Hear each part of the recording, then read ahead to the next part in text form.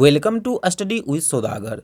आज की इस वीडियो में हम लोग देखने वाले हैं क्लास 8 के अध्याय 1 का जितने भी प्रश्न बनने वाला है इन सारे प्रश्नों को सॉल्व करेंगे। साथ साथ इसमें जितने भी टॉपिक आएंगे उसके बारे में भी चर्चा करेंगे। तो चलिए वीडियो को शुरू करते हैं।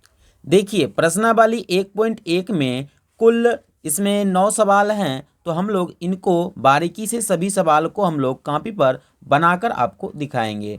तो आप लोग इस वीडियो को अंत तक जरूर देखिएगा। यहाँ पर पहला प्रश्न कहता है निम्नलिखित में से प्रत्येक का योज प्रतिलोम लिखिए। आखिर योज प्रतिलोम क्या होता है उनके बारे में भी जानेंगे और साथ साथ सभी हिसाब को हम यहाँ पर बनाकर आपको डिस्कस करके दिखाएंगे। तो सबसे पहले आप समझ लीजिए योज प्रतिलोम आखिर होता क्या है। तो योज प्रतिलोम का मतलब है कि यानी दोनों का योग जब आप करिएगा तो 0 आना चाहिए, यानी इसका और किसी और संख्या का योग करने पर 0 आएगा तब उसका वो जो होगा योज प्रतिलोम होगा। यानी 2/3 में क्या जोड़ेंगे कि जोड़ने के बाद हमें क्या आ जाए 0। यानी हम इसमें अगर -2/3 जोड़ते हैं तब जोड़ने के बाद हमें कितना आता है 0। तो इसका योज प्रतिलोम क्या हो जाएगा -2/3।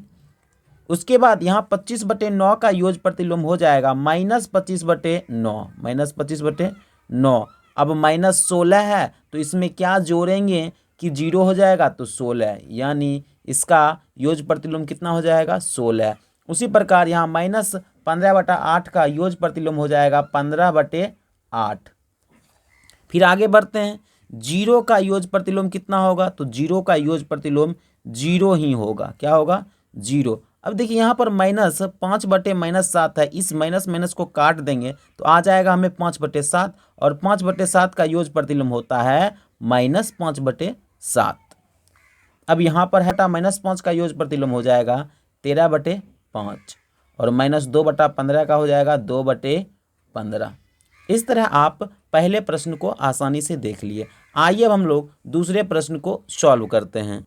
इसी का सेकेंड नंबर क्वेश्चन कहता है निम्नलिखित सारणी के खाली स्थान को भरिए। तो यहाँ पर संख्या ऊपर में दिया गया है, उसके बाद नीचे दिया है गुणन प्रतिलोम, यानी उसके गुना करने पर 1 आना चाहिए। यानी -13 में किससे गुना करेंगे तो गुना करने पर 1 आएगा, तो 1/-13 को, यानी इसको हम 1/, में पलट दिए हैं। यानी इसी प्रकार 5/4 को पलट कर क्या लिख सकेंगे 4/5 और 4/-7 को क्या पलट के लिखेंगे -7/4।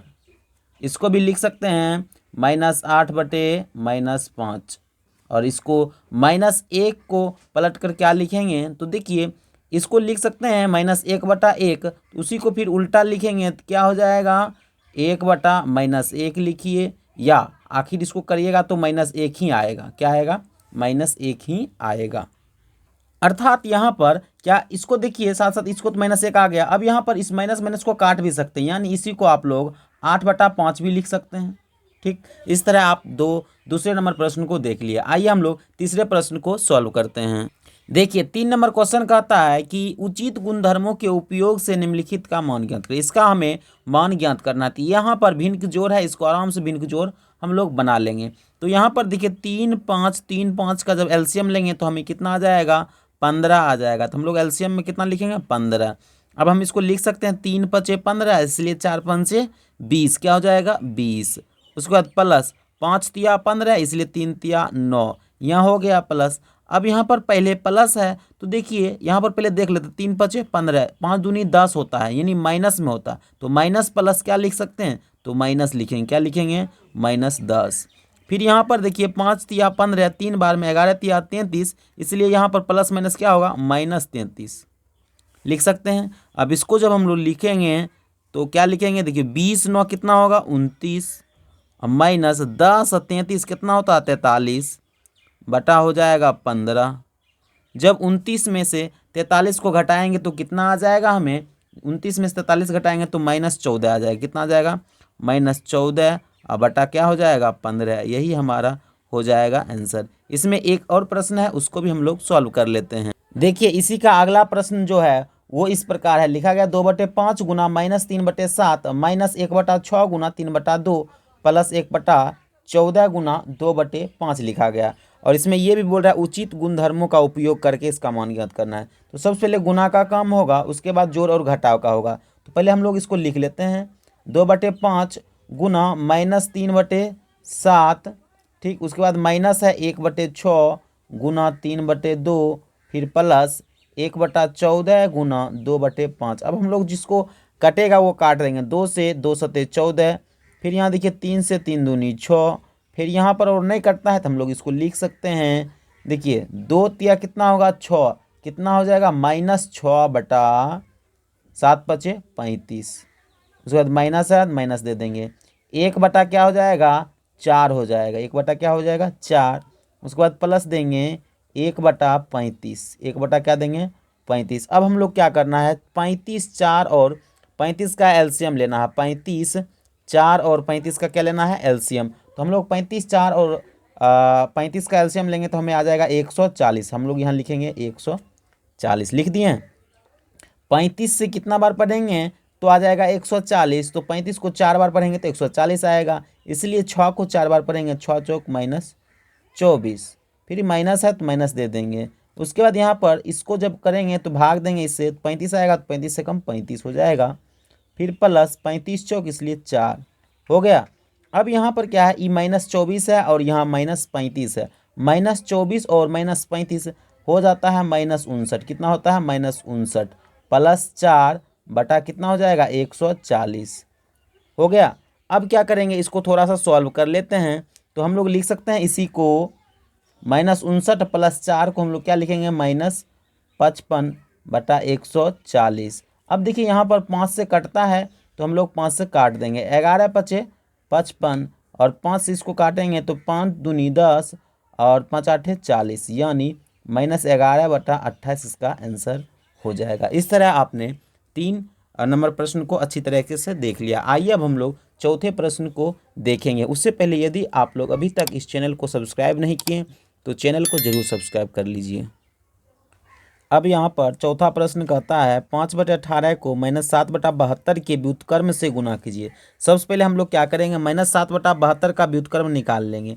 तो -7/72 का व्युत्क्रम क्या होगा, मतलब इसके अपोजिट यानी उल्टा इसको करना है, अंश को हर बना देना और हर को अंश। तो हम लोग लिखते हैं -7/72 का व्युत्क्रम बराबर क्या हो जाएगा, तो 72/-7। अब हम लोग क्या करेंगे, 5/18 को किससे गुना करना है, तो 72/-7 से, तो लिखेंगे 72/-7। अब इसको यहाँ पर कटता है तो काट देंगे, 18 के टेबल में कितने बार में कटता है, 18 चौक 72, 4 बार में, इसलिए हो जाएगा 4 गुना 5 करेंगे तो 20/-7। माइनस को नीचे नहीं लिखते हैं इसलिए इसको हम लोग क्या लिखेंगे, लिखेंगे माइनस, ऐसे करके बीच में दे देंगे 20/7। इस तरह आराम से हम लोग लेंगे, या इसी को ऊपर भी लिख सकते हैं, यानी -20/7 भी लिख सकते हैं। इस तरह आराम से 4 नंबर क्वेश्चन बन जाएगा।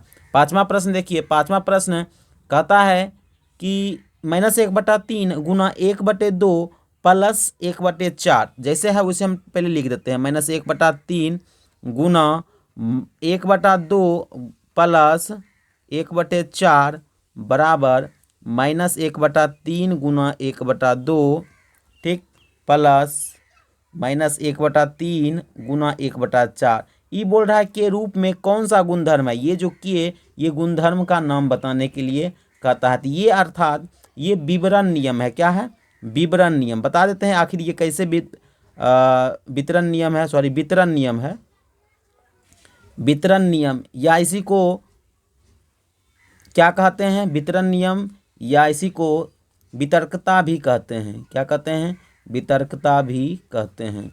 देखिए दरअसल यहाँ पर क्या हुआ, पहले -1/3 गुना ब्रैकेट के अंदर था 1/2 प्लस 1/4 था, हम लोग पहले इससे इसको गुना किए, फिर उसके बाद इसको इससे गुना किए, इसलिए ये हो गया वितरण नियम या विवर्तता का नियम।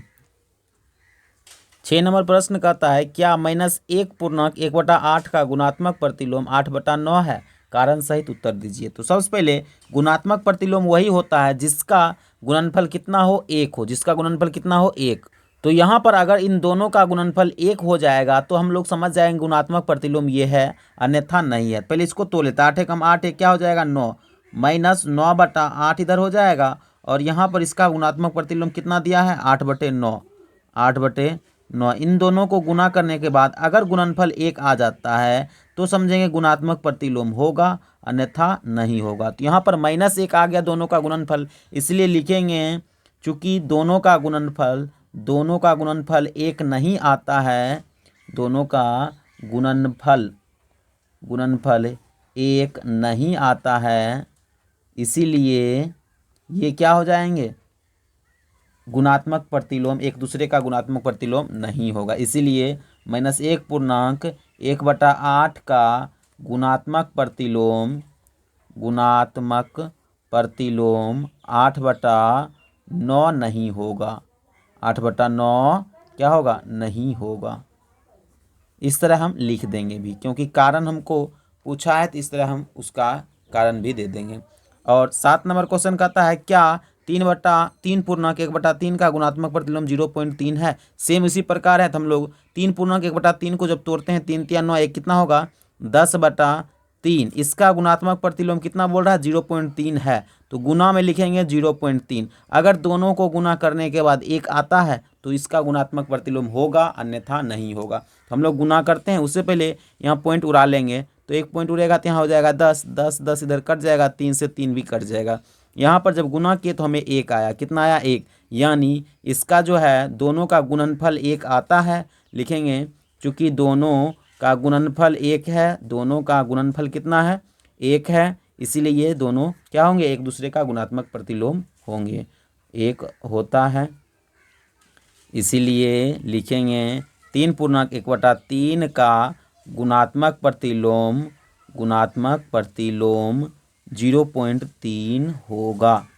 इस तरह आप आराम से 7 नंबर क्वेश्चन बना लिए। आइए अब हम लोग 8 नंबर प्रश्न को देखते हैं। देखिए 8 नंबर में कहता है कि निम्नलिखित को वितरण नियम की सहायता से हल कीजिए। सबसे पहले ये जो क्वेश्चन लिखा है हम लोग को वितरण नियम से बनाना है, यानी इसको पहले क्या करना है, इसको तोड़ लेना। वितरण नियम क्या कहता है, उसको बड़ा करके लिखिए, यानी इसको हम लोग लिखेंगे -3/4 गुना 2/3, ठीक, ये एक ब्रैकेट हो गया।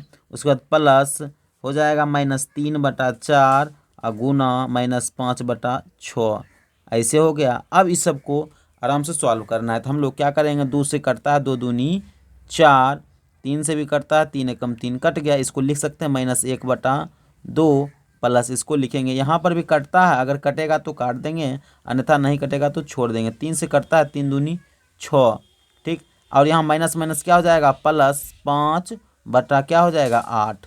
अब 2 और 8 का क्या लेंगे हम लोग, एलसीएम लेंगे। 2 और 8 का एलसीएम क्या हो जाएगा 8 हो जाएगा, तो हम लोग लिखेंगे यहाँ पर 8, इधर हो जाएगा 2 चौक, इसीलिए 1 चौक -4 +5, यानी इसका जो हमारा आंसर आ गया वो कितना आ गया 1/8 आ गया। ठीक, इस तरह आप आराम से बना सकते हैं।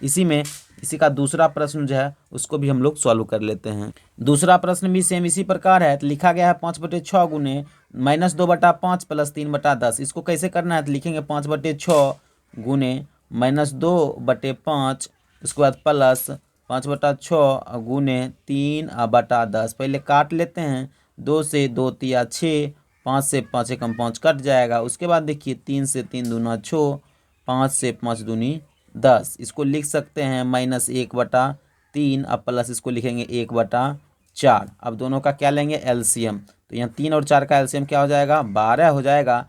3 चौक 12, इसलिए -1 चौक क्या होगा 4 प्लस 4 तिया, इसलिए 3, यहाँ पर आ जाएगा -1/12।